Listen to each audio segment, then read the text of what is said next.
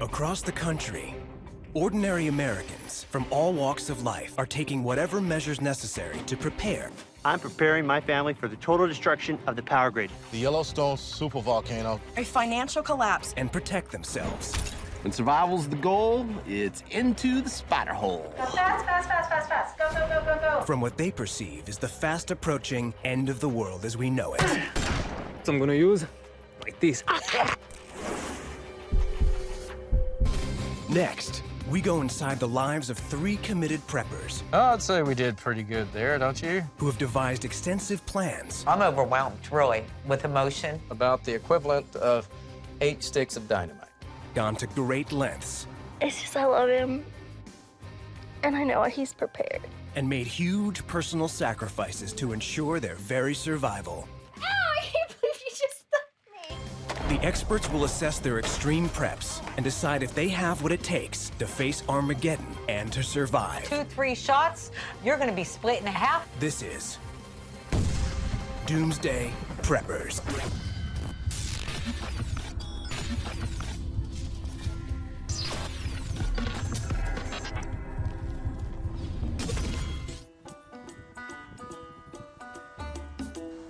Somewhere in Central Texas, a retired engineer known only by the alias Mr. Wayne tends to his 3-acre ranch with his dog Max and spends hours tinkering in his workshop.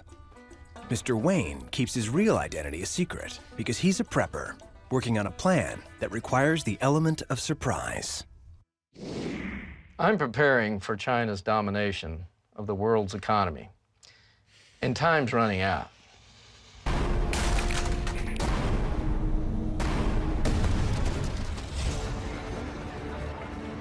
I really believe that China has a master plan to control all of the debt practically worldwide, and especially America's debt.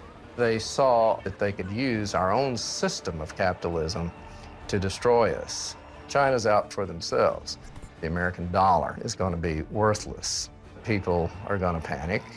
There's going to be pillaging like you never saw before. We're not going to see it coming. Everybody should be scared out of their wits. Mr. Wayne fears that one day soon, without warning, China will cash in the $1.1 trillion it owns in U.S. bonds, flooding the global economy and driving the dollar's value down to zero. So every day, he monitors Chinese government activities. All you have to do is Google. Just type in collapse of the American dollar, and every article you come has something about China. Till we get rid of our obligation to China, we're at their mercy every day. I want to be wrong, but I'm not wrong. Every spare dollar I have goes into something as far as prepping. To date, Mr. Wayne estimates he spent $160,000. My wife stays constantly mad at me because I take every spare dime that I can scrounge to put it into prepping, where she thinks we should put it for our retirement. Mr. Wayne believes that if China instigates an economic collapse, the dollar will become worthless and commodities will be the new currency. To prepare for financial catastrophe, many preppers are buying gold. Not Mr. Wayne. I wouldn't give you a can of ravioli for a $1,500 gold piece. How would I know 24-karat gold from 18-karat gold? I wouldn't know the value, and neither would anybody else. The first part of Mr. Wayne's survival plan is stockpiling a resource he believes everyone will desire in a post-apocalyptic world. I planted a vineyard and learned how to make wine. It's part of my prepping plan. The bottles of wine that I make and I store are great barter items in the bad times that are coming. If China destroys America economically, Mr. Wayne believes Chinese currency will rise, while the dollar will become obsolete. In a cashless society, his wine will retain value and be useful for trade. Currency that's going to go immediately into effect is straight barter. People are going to still want alcohol as much as they want food. And I'll have that, I'll have it to trade. In the last 5 years, he has created a vineyard on just 3 acres of land. He grows 7 varieties of grapes and produces 600 gallons of Wayne's World wine a year. I have Black Spanish, Villard Blanc, Aliancino, which is an Italian grape, and I have Pinot Grigio, or whatever it's called. Many preppers believe that having a long-term stockpile of goods and keeping it top secret is critical to survival.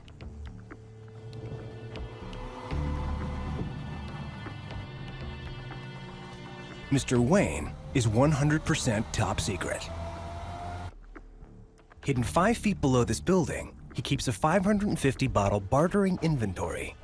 When you get the Preppy Book 101, the first thing that they always say about your storage, it should be underground.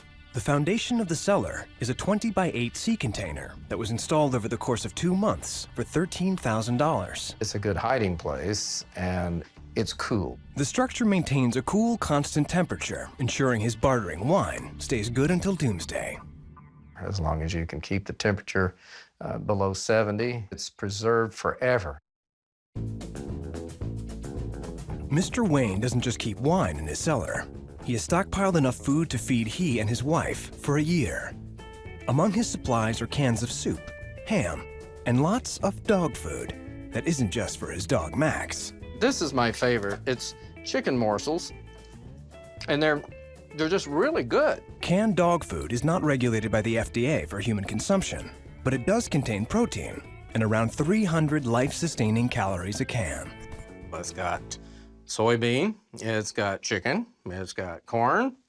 I can't pronounce that next word, but it's got horse meat. Max, my dog, he turns his nose up at this. After China stings us like they're going to, people are going to be begging for this stuff. And they're going to say, "You got any more of that dog food?" And I'm going to say, "No, I think I'm going to keep it for myself. It was pretty damn good stuff." So. If an economic assault from China causes chaos at home, Mr. Wayne fears there will be widespread desperation and violence. After the first week, it's literally going to be people out in the streets, rioting, looting. They're thinking that I didn't get food, but I can go take it away from Mr. Wayne. For that, he has over 25 guns, which include rifles, shotguns, and handguns. And Mr. Wayne has a plan for a never-ending supply of ammunition. The idea behind us preppers is to get as much guns and ammunition for protection as we can. If China launches a financial strike against America, Mr. Wayne fears social unrest could unleash panic and lead to a global bullet shortage. When the Chinese do what they do, well, instantly there will be no more ammunition made, and you're not going to find it anywhere. So you can't make your own ammunition. Nice, pretty bullet. Your guns are useless. Mr. Wayne has recruited his cousin Jesse, a licensed arms dealer, to serve as his ammunitions expert and help him make enough ammo to defend the ranch. Just sit here and do this all day long until you got a big pile of bullets. Now that looks like something off of my tire. It is. Jesse is melting salvaged car parts with recycled bullets. After the casting is complete, the last step is to add gunpowder to the casing. I got my gunpowder, got my casing, and I take one of these pretty bullets, stick it right up here, and then I just push it all the way down until it clicks, and then back up. Wow, that's easy. That's so good, I'm gonna put my name on this. With the supplies they have on hand, Jesse could make up to 14,000 rounds of ammo, 100 times what the average gun owner purchases a year. Theoretically, one shot per invader would be all we need. For now, our #1 priority is to defend the perimeter, keep the intruders out, and keep our family inside safe, whatever it takes. Mr. Wayne and Jesse are going to field test the range and accuracy of their new bullets. China's not upside down here, is it? I don't know. If intruders come to the ranch, the pair plans to unleash a withering spray of suppressive fire. Here we go. Let's give this one a try. It's got a pretty good kick to it. Hey, let me try a round at it. Jesse and Mr. Wayne are shooting their targets from 300 feet away, the same distance from Mr. Wayne's house to the edge of his property. All right, let's use Mr. Wayne here. Well, only hard thing about target practice is walking down to the target. I'd say we did pretty good there, don't you? Yep, no doubt about it. Mr. Wayne is satisfied with the range of his field of fire, but his defense plan extends beyond bullets. All right.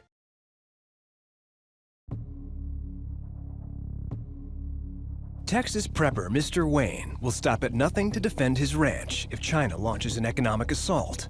He has developed a two-pronged defense plan that starts with bullets and ends with a bang. Kids, don't do this at home. Leave this to the professionals only. Very dangerous, very, very explosive. About the equivalent of 8 sticks of dynamite. The second part of Mr. Wayne's defense plan involves the strategic placement of explosives. He's practicing building a pipe bomb. Building real pipe bombs is a federal offense under U.S. law, but after a Chinese economic takeover, Mr. Wayne believes weapons restrictions will be a thing of the past. When times go bad, there's not going to be anybody enforcing anything. Now, I know this is going to work. I won't say I've tested it before, because they're illegal. The best thing I got to do is figure out where to put these. We're putting together a little scene here of the best way to protect your property. Mr. Wayne knows the key to a sound tactical plan is understanding the topography of the battlefield, so he has recreated his property's features on a sand table, a tool used by military officers to plot wartime strategy. Keep in mind, I'm trying to protect my loved ones. I'm going to be up here in the house. This is me, the handsome one, and this is Jesse, and these are the kids. Over here is the bad guy. This is the guy we don't want on the property. And the hardest thing to do is to know exactly where these intruders are going to come in. From this bird's eye view, he and Jesse can best assess where to plant phase 2 of their plan. And the most likely that they're going to come in through that deep ravine, and that'll get them cover to right here. You know, the old coyote, he always run up through there to steal the chickens.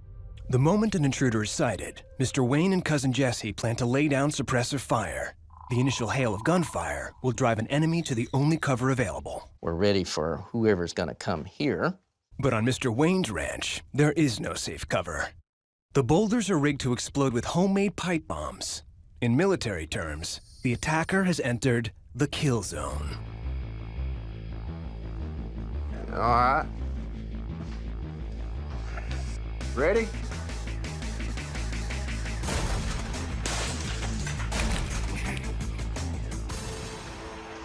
That's pretty successful, but Yeah, I think we kind of blew the perimeter up a little too there. We better hope not too many of these guys come around or we're going to blow the property up. Mr. Wayne and cousin Jesse have determined the best locations for their explosive rigged kill zone. Now, they will go out into the field to test a bomb's blast radius. Hang on to this for me while I get this. Yeah. You don't want to go too deep because you want the shrapnel to tear him up too. In this simulation, Mr. Wayne is lighting a fuse, but if doomsday comes, he plans to detonate the bombs remotely. I suggest that we all run.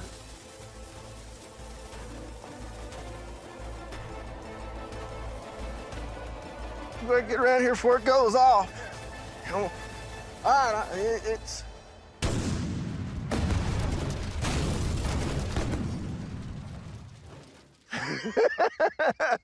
Hey, it went off, didn't it? All right, well, let's go pick up the pieces, I guess. It looks like he lost both of his legs. Yeah, I don't think he's going anywhere. No, tape a couple of legs on him. I think he'll be all right. A lot of people like me are paying attention. You can never stop prepping, and you can never be ready enough for what I see is coming. Mr. Wayne, the experts, practical preppers, think you possess many valuable resources that will enable you to barter effectively during a crisis situation. Oh, thank you very much. While your underground container will keep your supplies hidden, you will inevitably run out of food. We recommend you start a garden. A garden is definitely on our plan, and I have the seeds stored. Because your series is so popular with my wife, she's come around my way of thinking, and she now supports what I do. While there is some concern about the staggering amount of U.S. debt owned by China, more than $1 trillion, analysts believe they are unlikely to dump that debt because it would also cause major damage to the Chinese economy. That is in part because the U.S. is one of the largest importers of Chinese-made goods. 1,600 miles away, John and Christine Sellers also fear the world as we know it is going to end. So they are burying something in the backyard they hope will ensure their survival and their love.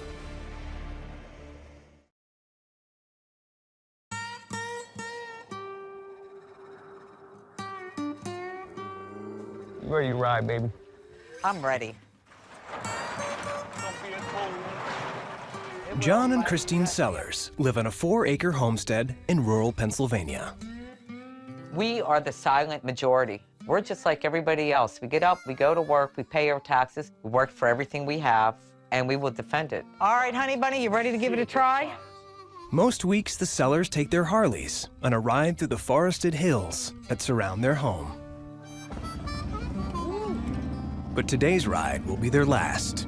One last ride, baby. Let's take one last ride. Come on. Get rid of these things. As much as we love the bikes, this isn't a necessity. Come on, baby, hop on. And now it's just down to more serious stuff. Prepping. Prepping.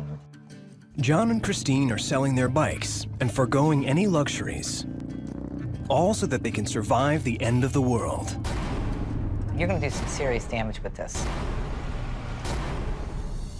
Well, John and I are preparing for the collapse of the dollar. We think we're immune here in America. We're not immune. It's all gonna come down like a deck of cards. One thing I'm not gonna miss are the bugs. Good eating, baby. We might be eating bugs soon. I hope people start to wake up. They need to wake up. It's happening right in front of their faces. Be hunter-gatherers like the old days. Just stop and think about this. We bought a truck in 2001. We were paying 80 cents a gallon we bought that truck. Now it's what, over $3, 4 times as much in 10 years? But I didn't get a 400% raise, I'll tell you that. I know it's gonna get bad, so I can't eat my bike. Christine fears that if the dollar collapses, the cost of basic necessities will soar, becoming out of reach for the majority of Americans. We all know when the dollar collapses, when you go to the store and you can't afford to feed your family on what you make for a week. So in readiness, Christine has spent the last year and a half and nearly $30,000 stocking up on 15,000 pounds of supermarket supplies. It's one little supermarket, like a bodega or a little 7-Eleven down here. This bottle of peanuts. Last year, I got to sell for $1.79. I think they're like almost $6 now. So, I probably have well over 400 rolls of toilet paper. I figure that should be enough for a minimum of 2 years. Probably have about 150 toothbrushes. I have a minimum of 2,000 napkins, minimum. I was losing my mind with how much she was spending on things. I was hiding stuff underneath the bed because I just didn't want to hear his mouth. And I would always say to him, what good is the money going to be in the bank if we're not going to be able to eat? I got your cup right here. I'm having a fresh one. All right. I just got on board with her not too long ago. I know a lot of business owners. I see what they're going through. It's getting worse and worse and worse. In March 2011, the cost of living for the average American hit a record high, and experts predict a continuing rise in food prices. It's a good cup of coffee. Aren't you glad I have instant coffee in my prepping? Now that John's on board, boy, we're a force to be reckoned with. Because with him in my corner, I can't lose. And together they are ready to use their combined force to protect their stores from those who did not prep for an economic collapse. We have a TV over there, so if I'm sitting over here and John's over there, and we hear somebody coming up the stairs, we're prepared. It's as simple as opening up a drawer, and there's your protection. 357 Magnum, we just keep in here for fun. The 9mm. We have Old Faithful, the Mossberg 500. There's gonna be a lot of people in a bad way when it hits the fan. I mean, they're gonna be breaking in your house trying to get a bottle of water. This one is a Taurus 44 Magnum. This is a big badass. And when did I get you that? I got him that. That's a Christmas present from Mama here. Our home is our castle. Johnson mine. I'm not going to depend on the police to defend me. I'm going to depend on my .308, my .357, my .45 Colt, my AK, my AR, my Mossberg shotgun. That's it. End of story. 2-3 shots, you're going to be split in half, and your people that are with you, they're going to run the other way. They're going to say, this woman is crazy. With most of their savings invested into their extensive preps, John and Christine want to do all they can to protect them. So they're looking for a way to ensure what they have. We have thousands and thousands of dollars invested in food. Now we have to find a way to safely secure it. All right. And these preppers hope insurance will come in the form of an underground bunker. An economic collapse. We're not going to have utilities. We might not be able to get fuel. We have to preserve our food. We have to keep it in a constant temperature. But it'd be really nice right over here, I say. This way it's not close to the house. The sellers believe a buried bunker will give them several advantages. It can act as a root cellar, keeping their food stores cool and preventing spoilage. And they can store their preps off premises, safeguarding them from plunder. 55 degrees all year. Right. Underground after you get down below the frost lines. We can get some natural sunlight. And if necessary, the bunker can also act as a temporary home to fall back to in case their house is invaded. If somebody comes in and overwhelms us and we're on our property, at least we have like a panic room, but it's going to be underground. Maybe get a little propane. We have the propane stove. Everything. We're going to be able to live in there if we have to. Right, exactly.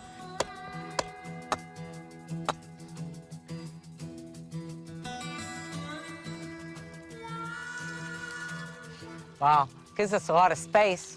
But until the couple can save more money, they will have to wait until spring break to break ground. We're going to get it. But then what you're going to have to do is curb your spending. I know. We in agreement on that? Yeah. Okay. John and Christine fear any money they earn will drop in value before they can use it to buy a bunker. So they take all extra cash and use it to buy alternative currency, which they believe will not significantly depreciate. The dollar is going to collapse. It's not a matter of if, it's a matter of when. The new currency, John and I firmly believe, it's going to be gold, silver, guns, and ammo. Hello. Yeah. Yo, what's going on, Dirk? How are you? What's happening? Several times a month, Christine and John head to the local pawn shop to buy up what they can. Today, they are in the market for some silver. This is the stuff that I saved for you guys. Oh, good. It's actually, those are good coins, and some of them are in very good dates and very good condition. I'm not saving money in the savings account anymore. What's the point? It's going to be worthless. Silver bars and American junk coins. This is more sound than paper money. The average savings account today gives a yearly return of under 1%, while the value of silver has nearly tripled since 2008, rising from just $11 to over $32 an ounce. We believe silver's really hasn't hit its high mark. I believe silver's going to go to $500 an ounce. I think so, too. Yeah. Altogether will be $925, and the gold you pick up later? Yes. Okay. Pick it up. He'll come pick it up. I'm definitely going to their house on Doomsday because my house is not going to cut I it. am welcome too. You're Yeah, welcome. Polish Yeah. guy's welcome Gracious. too. He's coming with us. Don't lose it. No, I won't. Godspeed, my friend. Bye, guys. Godspeed, my friend.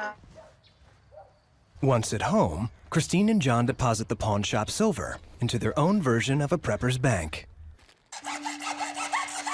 John is making a small waterproof container of PVC piping for the $2,500 worth of silver. This is Teflon tape to seal it. And that makes the water seal. It's going to seal right up. What we're doing is sort of like a time capsule. And what this is, we're going to bury it. I think we should bury it on the side of the garage. This way we have the garage as a buffer. The reason why we're choosing behind a house, behind the garage to bury this is if our house is commandeered, no one's going to see us coming from the rear end of our property, so at least we can retrieve our silver. We're still going to survive. Christine estimates they have buried over $30,000 worth of silver in small stashes around their property. We have a little map. That map is secure someplace off the premises. You don't want to start digging holes all over the place. You want to be pretty precise. A good idea if you're going to bury things on your own property, you want to put it anywhere near your house. And to use the PVC tubing, because this is waterproof. John and Christine have put their life savings into prepping, sacrificing in the present to survive in the future. But without Christine's knowledge, John has decided that it is time to break the rules. $4,400. Wow. I'm overwhelmed, really, with emotion. Christine and John Sellers are beginner preppers afraid that the collapse of the dollar is just around the corner. Prepping really did bring us together, honestly. Now we think alike and we know what we're prepared for and where we're headed. So we have to stay together on this. Recently, they have been looking at ways to up their prepping game and have started to save money to buy an underground bunker. Since John and I became preppers, my priorities have changed. I don't buy clothes, I don't buy purses, shoes, I don't really care about that kind of stuff. I told my husband, do not buy me jewelry, do not send me flowers. But despite plans to wait until the spring, John has decided to jump the gun and surprise Christine with her dream shelter. So today, while she is at work, he is going on a shopping spree. They go at about $4,400. We'll look at them. Yeah, that's I'm all that seriously really interested. remains. All right, well, go check them out. You can just follow me, all right? Bunkers have traditionally been an expensive affair, costing upwards of $100,000. Recently, a new product has come on the market that preppers are snapping up as quickly as they can. Yeah, these things are sweet, Yoda. Shipping containers are used to transport goods across the ocean. They can cost up to $5,000 each, making them more affordable than a concrete bunker. Storage container is all about protecting what you have. We worked hard for everything we have, and we don't want to lose it. All the way. There you go. Right, See? man. Sweet. Piece of cake. Sweet. Yeah, first thing I'm gonna have to do is put some shelves in here. There's definitely a big demand for these. This is a third customer that we've had that's told me that they're going to build an underground bunker. Yeah, these are nice, man. The storage container is a perfect place to put some food, maybe a few guns that you can hide in there, and hey, you might have to sleep in that storage container. It's big enough to do it.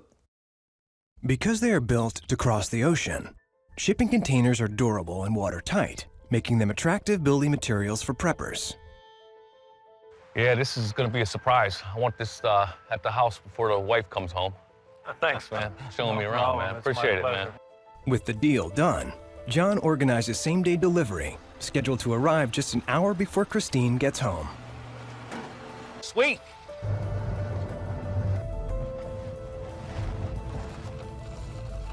Oh my goodness gracious. Ah. I bought it, honey. I bought it. Oh, honey. That's your present, honey, for Christmas.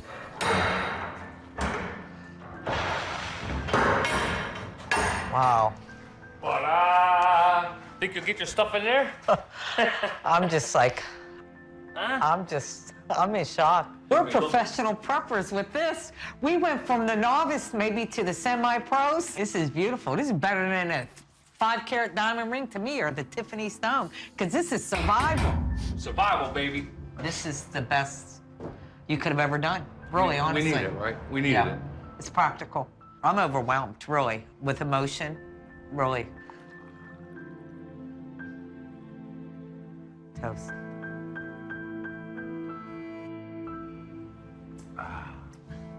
Love you. Love you. You ready? Yeah. Be careful.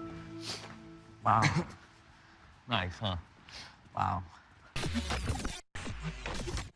The experts, Practical Preppers, commend you on the amount of preps you have been able to build up in just a year and a half, and your decision to buy a shipping container is a smart investment for the future.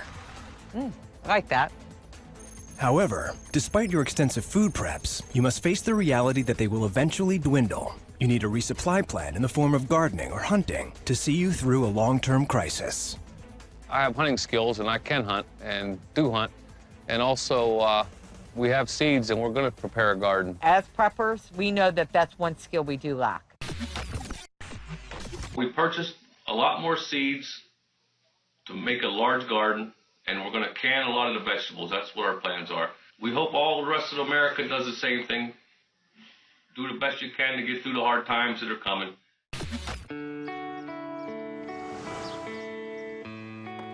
Jason Day is a furniture repairman who runs a shop on Main Street in Miamisburg, Ohio.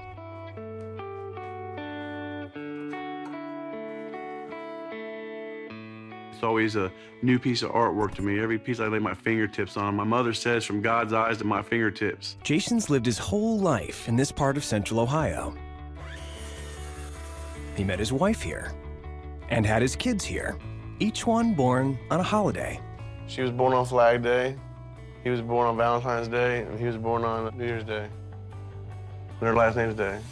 Lately, there's one other day that's become a big part of family life. My dad builds furniture and he prepares for 2012, which is Doomsday.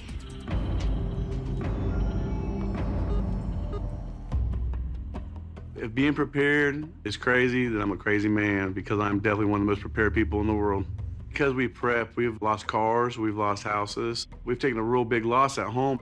For the past 6 years, Jason has spent every dollar he's earned from his furniture shop, nearly $100,000 total, on prepping for Doomsday.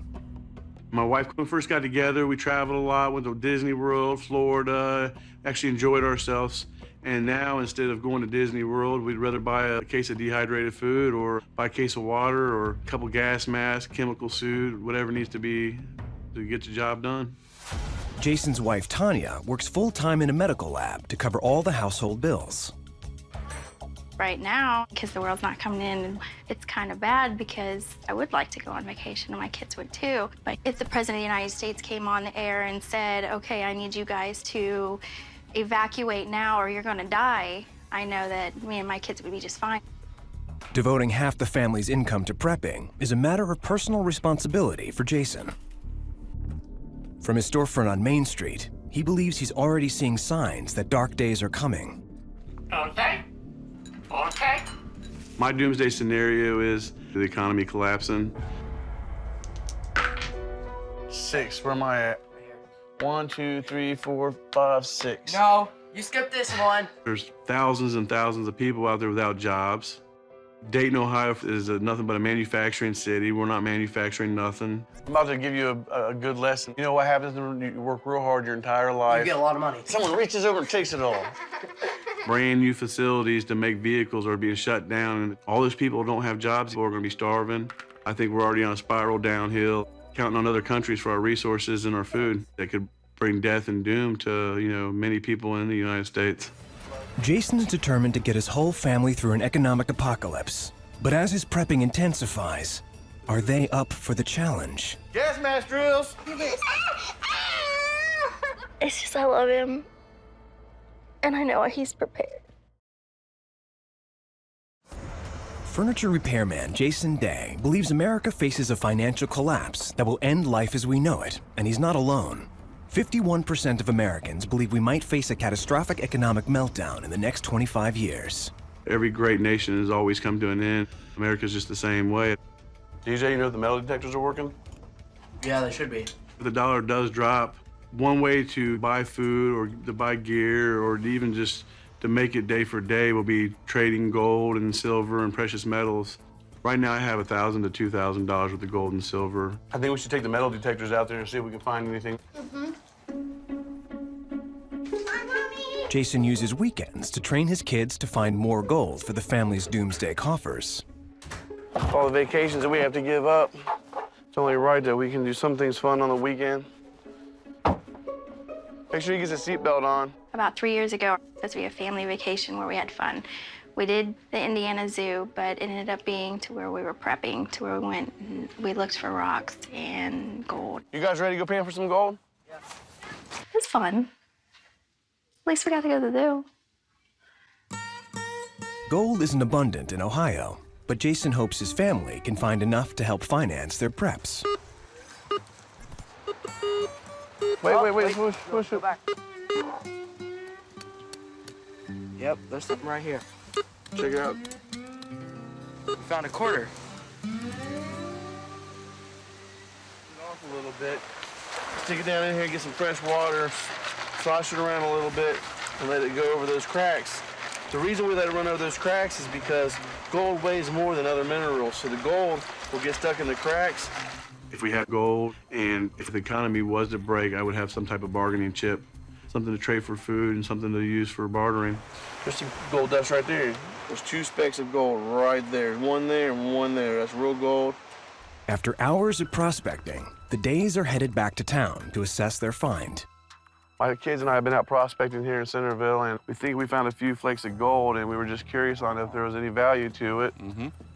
Pawn shops like this one have become popular destinations for preppers worried about financial collapse. Many accept precious metals in lieu of cash, or even exchange gold and silver for firearms. If you wanted to sell that, we'd go about $6. So what do you think? Hold on to it? Save it? Save it. Save it? Yeah, I agree with you. Hopefully the value of it will skyrocket from $6 to something. Painting for gold was really fun, but if I had to keep doing that every day and I could only make $6, that's just not gonna be a life goal. Jason estimates he spends 15 hours a day, 7 days a week on prepping activities like looking for gold, buying supplies, or even just window shopping online for his dream prep, a bunker for the whole family. Here's another one that I found. So how much is that? $75,000. Isn't that a price of a house? Yeah, but with the economy going down the way it is, a house isn't going to save us. Tanya supports his passion, but it has meant some adjustments. His time prepping, he's not at home as much, so I think I miss him more. And I think the kids do too. Yeah, see? Better. Say good girl. It's just I love him, and I know he's prepared. I just really do know if anything were to happen, we'd be fine. Really. That's why he does what he does. Really. Jason would do anything to keep the people he loves safe. I don't want to see my kids go through hell. If America faces a catastrophic economic collapse, his first action will be to bring his family to his store, where he has enough supplies to sustain them for the first 2 to 6 months of expected chaos. A lot of the doomsday preps that I do have, I don't necessarily want to keep it at home in their face all the time. I want them to have a happy childhood. Kids, gas mask drills. Every one of my kids is suited and fitted for a gas mask. Jason has invested over $2,000 in gas masks, including M25s, developed by the military to protect tank drivers from chemical attacks. If we do go into an economic collapse, with police going against all the people rioting and gas being thrown, that you might have to use something like that to protect yourself. Hey, you guys know the drill? On your mark, get set, go. If chemical weapons were deployed on Main Street, effects could be felt within 30 seconds. I swear it's gonna be loose. Look, it's loose. There you go. And stop. 23.7 seconds. Good job. Going through the gas mask drills with Daddy is just a good time and having fun hanging out with me. Catherine, you're good. You're good? There's like a straw in there, and it just kept getting in my mouth, and then it kept fogging up. It was just not pleasant, but I know that one day I'm gonna have to put them on, and it's good that I know how to put them on. You're good. There's riots. This is the difference between life and death. Hey, let me check yours. Give me 5. You did it, buddy. I never expected that a 5-year-old would be able to take a gas mask, disassemble it, put it back together, put filters on it, and wear it. And my little boy can do that. The Days will practice this drill multiple times this afternoon until Jason is sure that everyone has it right. Jay Tyler, put your mask on. Get rid of the chess game. I'm gonna throw it in the garbage. Come on, Bubby. Jason has his whole family training for doomsday, but when it comes time to bug out, You don't want to go down? You sure? they might not all be on board. I don't think your mom will be coming with us.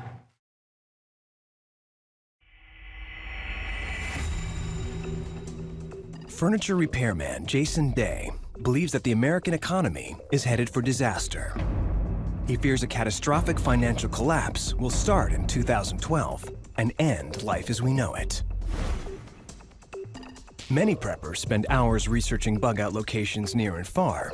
Jason has one option 8 miles from home, his furniture shop on Main Street. Let's go over here and take a look at some of this stuff, make sure we got everything we need, see if there's anything we need to add to it. Customers don't know that Jason has turned his store into a fully equipped prepping complex. $5,000 worth of preps are hidden here, and the back room can serve as a makeshift field hospital if chaos leads to casualties. Medical supplies is very important because when you are on a bug-out situation, if people don't have shelter, they're going to try to get in your shelter. If you're trying to defend yourself, you're definitely going to have people who are going to get injured. This is a tourniquet. It's set up so that if your arm gets blown off, you can use it one-handed. Tighten it here to stop the blood flow. Radiation pills, it's very important. These patches right here, you use this here in case if someone gets shot in the chest. When the economy collapses and we can't count on hospitals and things like that. If my kids don't know how to survive, they're going to drag us down. We have these IVs. So if someone's dying of lack of blood, you can go ahead and hook them up with this to help save their life. Would you like to test out IVs with each other? Sure, baby. You can go first. IV, or intravenous fluid therapy, is often used to stabilize trauma victims on the battlefield. Jason wants the whole family to feel comfortable inserting one. Do you know what a vein feels like? It's bouncy and Watch it. spongy. Feel it right there. All right, You know hold what it on. feels- No, I want you to feel it first. Feel that. Ready? Ow, I can't believe you just stuck me. It's all right. I just wanted to show you that I could do it. You asked if I could put an IV in you. Are you Here saving my life or trying to kill me?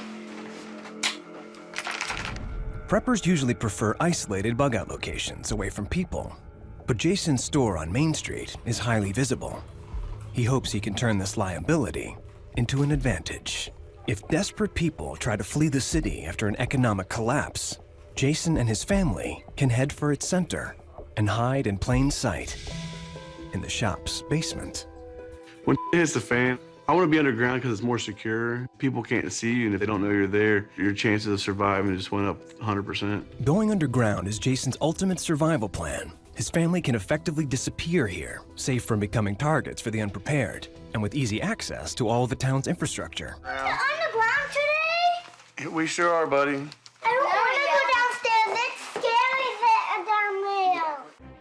But before Jason can rely on bugging out under his shop, he wants to make sure his family is mentally prepared. My kids say that they're ready to live underground if need be, but I don't think anybody can answer that question really until it's time. People lose their minds being underground. We like to have weekend trials where we'll go underground, hang out with each other, and find out who's going to flip out and who's not. You don't want to go down? You sure? All right, then. I love you. You go first. Be careful. One benefit Jason sees to his basement turned bunker is its single entry point. If someone attacks you and they only have one door to get through, it'd be a lot easier to protect your building than if they could come through a wall or go through a roof. What happens if there's spiders and mice? But they only nibble for a little bit, and you'll be all right. What are we doing down here? I'll go ahead and set the tarp up. What's the first thing we need to be able to cook these dehydrated food? Chicken teriyaki with rice or scrambled eggs with bacon? Scrambled eggs with bacon. Part of acclimating to life underground is adjusting to a post-doomsday diet.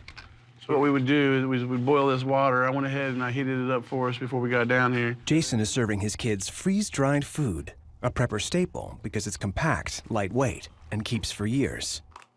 I'm gonna go ahead and close this up and let the hot water and the steam do its job. He believes they may be eating it for up to 6 months after an economic collapse. When we do live underground, do you think Mom and JT are ever going to come down here? Well, yeah, sure I do. I think JT will definitely be with us. Your mom, I hope not. What about Grandma and Grandpa? No, Grandma and Grandpa, majority of the older people in the world will not be coming with. There's not anything I wouldn't do to try to save my family or to, to make sure that they were going to eat. How's it taste? Not bad.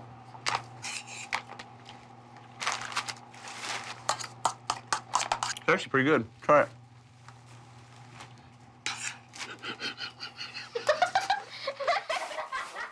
All right, here's the thing, you guys, okay?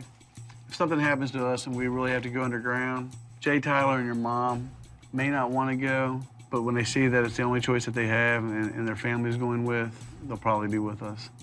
It's easy for somebody to say right now that they don't believe or they don't want to be a survivalist, but when it hits the fan, they'll be there. I think we should clean up and get out of here. Actually, I have a better idea. I say we pull out the sleeping bags and stay down here tonight. Are you serious? Yeah, I'm serious. Let's give Really? it a shot.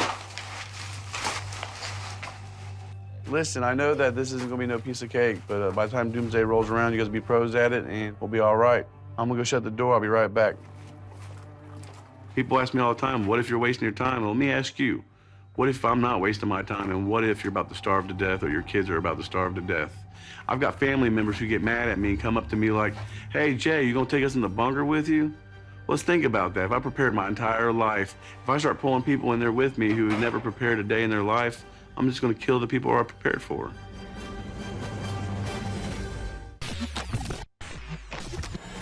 Jason, the experts, practical preppers, believe you have the basics of survival covered with your food and medical supplies. However, getting your whole family on board with the bug-out plan is highly recommended, Leaving a family member behind could make an emergency situation more stressful for your children. My wife says she doesn't want to go underground, and we tease about it all the time, but when it hits the fan, she'll be there.